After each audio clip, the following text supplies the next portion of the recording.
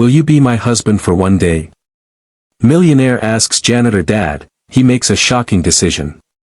The janitor's mop squeaked across the polished marble floor as the grand ballroom glistened with chandeliers. Daniel Perez, a widowed father in his 40s, worked the late-night shift in one of New York's most luxurious hotels. Life hadn't been kind to him since his wife passed away, leaving him to raise their 12-year-old daughter, Lily, alone. His hands were rough from years of scrubbing floors, yet his heart remained tender. Every penny he earned went toward Lily's education and dreams. Tonight, as he worked silently among the clinking glasses and fading laughter of the wealthy, he couldn't have imagined that his world was about to change. In the corner of the ballroom sat a woman in a glittering gown, her beauty obvious yet dimmed by the sadness in her eyes. She wasn't mingling like the other high society guests, instead, she looked lost. Her name was Victoria Steele, an heiress and one of the richest women in the city. But despite her wealth, she was burdened by the weight of family expectations. Her late father's will had included a bizarre clause: she could only inherit her family's company if she married before her 30th birthday, which happened to be tomorrow. She didn't believe in marrying for money, nor did she want to be forced into a loveless union with one of the suitors circling her like vultures. As Daniel passed with his mop bucket, Victoria's eyes landed on him. There was something steady and honest about the man, something absent in the shallow world she lived in. Impulsively, she stood, walked toward him, and whispered words that nearly made him drop his mop. "Will you be my husband for one day?" Daniel blinked, thinking he misheard. "Excuse me, ma'am." Her voice trembled. "I need someone I can trust. Someone with no hidden agenda. If I don't marry by tomorrow, everything my father built will be lost to men who only see me as a prize. I don't need forever, I just need one day. Will you help me?" The absurdity of it all left Daniel speechless. He was a janitor, a man in worn shoes and a faded uniform. She was a millionaire, a woman whose world was light years from his own. But then he thought of Lily, how she often asked why life was so unfair, why their mother had to die, why her dad worked so hard yet still struggled.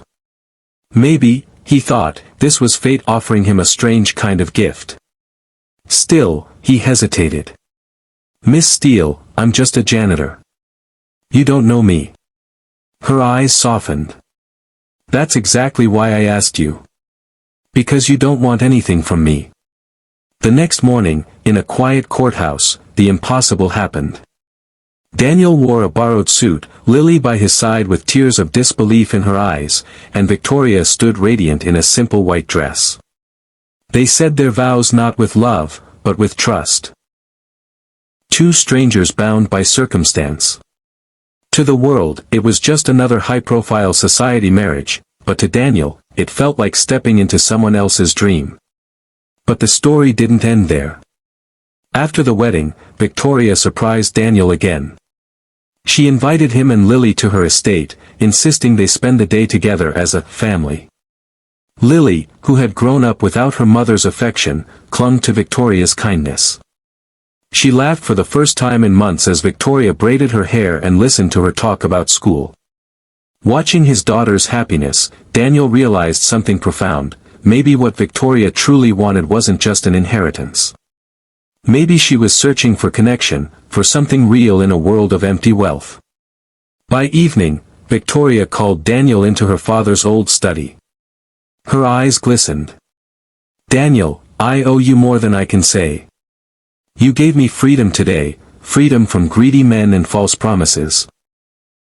But more than that, you reminded me of what family looks like." She handed him a thick envelope. "This is for Lily's future." Daniel pushed it back, shaking his head. "I didn't do this for money." "I know," she whispered, tears falling. "That's why I trust you with it. And more than money, Daniel. I want to keep this connection. Not as a business deal, not as an obligation. As friends. Maybe more, if life allows it." For the first time since his wife's death, Daniel felt a flicker of something he thought he'd buried forever: hope. Weeks turned into months, and what began as a marriage of convenience blossomed into something unexpected. Victoria didn't annul the marriage. Instead, she showed up at Lily's school recitals, shared dinners with them in their modest apartment, and discovered joy in simple things like laughter over burnt pancakes. And Daniel, once just a janitor, found himself not only respected but cherished for the honesty and kindness that had caught Victoria's eye that night in the ballroom. In the end, the shocking decision wasn't just Daniel agreeing to marry a millionaire for one day. It was Victoria's choice to keep him, and Lily, in her life for every day that followed. Sometimes love doesn't arrive with fireworks or perfect timing. Sometimes it comes quietly, in the form of a question whispered by a desperate heart, "Will you be my husband for one day?" And sometimes, saying yes can change everything, not just for a day, but for a lifetime. Sparkle's uplifting message. True wealth isn't measured in money or power, it's found in trust, kindness, and the unexpected families we create when hearts choose compassion over convenience.